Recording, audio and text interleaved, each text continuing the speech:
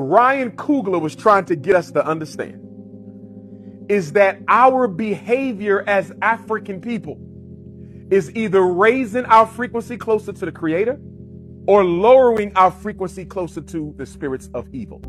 And some of us don't even realize that when we're having fun and enjoying ourselves, we're playing right into the hands of the devil. And in this movie, it shows you how. He's absolutely right. Just like today, when people get paid after working hard all week, they're looking to go get some type of relief. When you are in pain, when you need to relax, when you're looking for some pleasure or some joy art, you start entertaining behaviors that lower your frequency. You want to go and do what when you're not feeling good? I want to go get something to drink. I want to go smoke. I want to go listen to some music. I want to go dance. And so in the nightclub art, this movie shows you how the behavior in the nightclub is not much different than the behavior of demonic forces during their rituals. In the black nightclub or any nightclub, what do you have? You have people lusting with each other, people dancing lustily with each other. You got people getting drunk. You got people getting high. You got people engaging in gossip and low frequency speech. And you got people listening to music that is not divine. Did y'all hear him? He said music that is not divine. He did not say music, but he said music that is not divine. Make sure you pay attention to that, because you don't know what you're drumming up or calling up when you hit them beats or you dance to those beats, and you don't even know how people pray. So you don't know how they prayed over the music. You don't know what inspired the beat when they came up with the song. Those same ingredients are what the devil uses to lure people into his trap and separate you from your soul. Now, I can't say that I agree with you being separated from your soul, because remember, you are your soul, right? Your physical being is just the vessel that you're in while you're here on earth, but you are your soul. Now, if he means figuratively and not literally, then okay, because maybe what he's saying is, liquor and weed, they take you out of your rightful state of mind, just like drugs, right? I know for a fact he is speaking the exact truth, because I remember the days of going to the clubs and partying and thinking that you were having so much fun, and every week you were waiting to get paid and run to the club, and you swore it was going to be just as much fun as the last week, but it seemed like something was always more of a problem, or you would break your neck to either shirk your responsibilities or just something to get to the club, and then when you got there things would go wrong, and it was like a drug.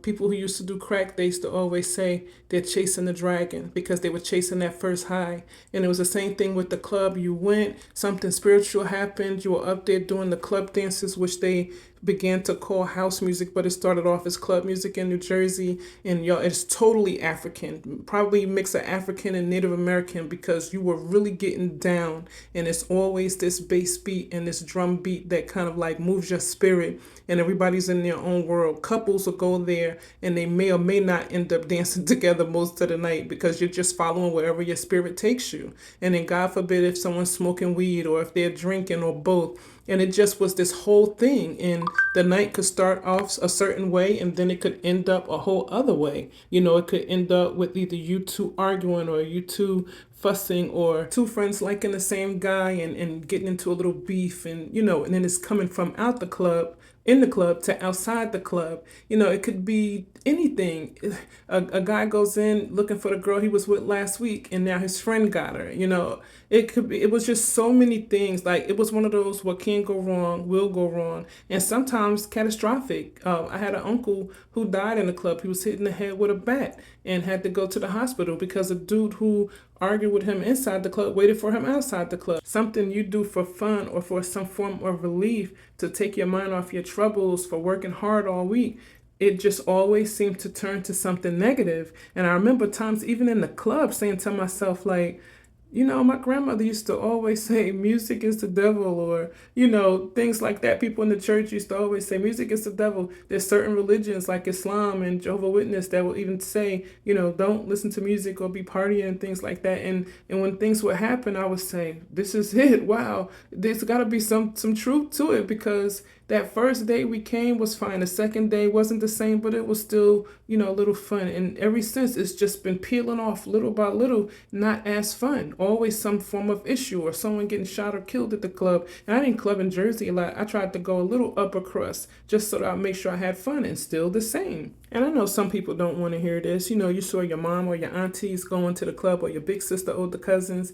and uncle or whoever, and you saw them getting girls driving nice cars, and it was a thing, and you just probably was on your list of things you couldn't wait to get to. Buying the wine and drinking it, or buying the weed and smoking, and it just was something people look forward to. It just happens generation after generation, and then someone comes along and tells you, hey, it's not as fun as you thought, or I found out, and then you feel like you're going to miss something. I have a relative that I lost because she thought she was going to miss something, and everything just went left. And guess what? It started at the club. And it's the weirdest thing. It has never turned out to be a great thing. Do the family barbecues, do the events, the club scene just seems to always bring trouble. But I know I'm not going to put much damper on what people are going to do. I'm just saying that what he's saying is right. Sinners absolutely touched on something, and I'm very surprised that someone had the moxie to put it into a movie and to show, because it's not only history in Sinners, but there's a lot of today in truth.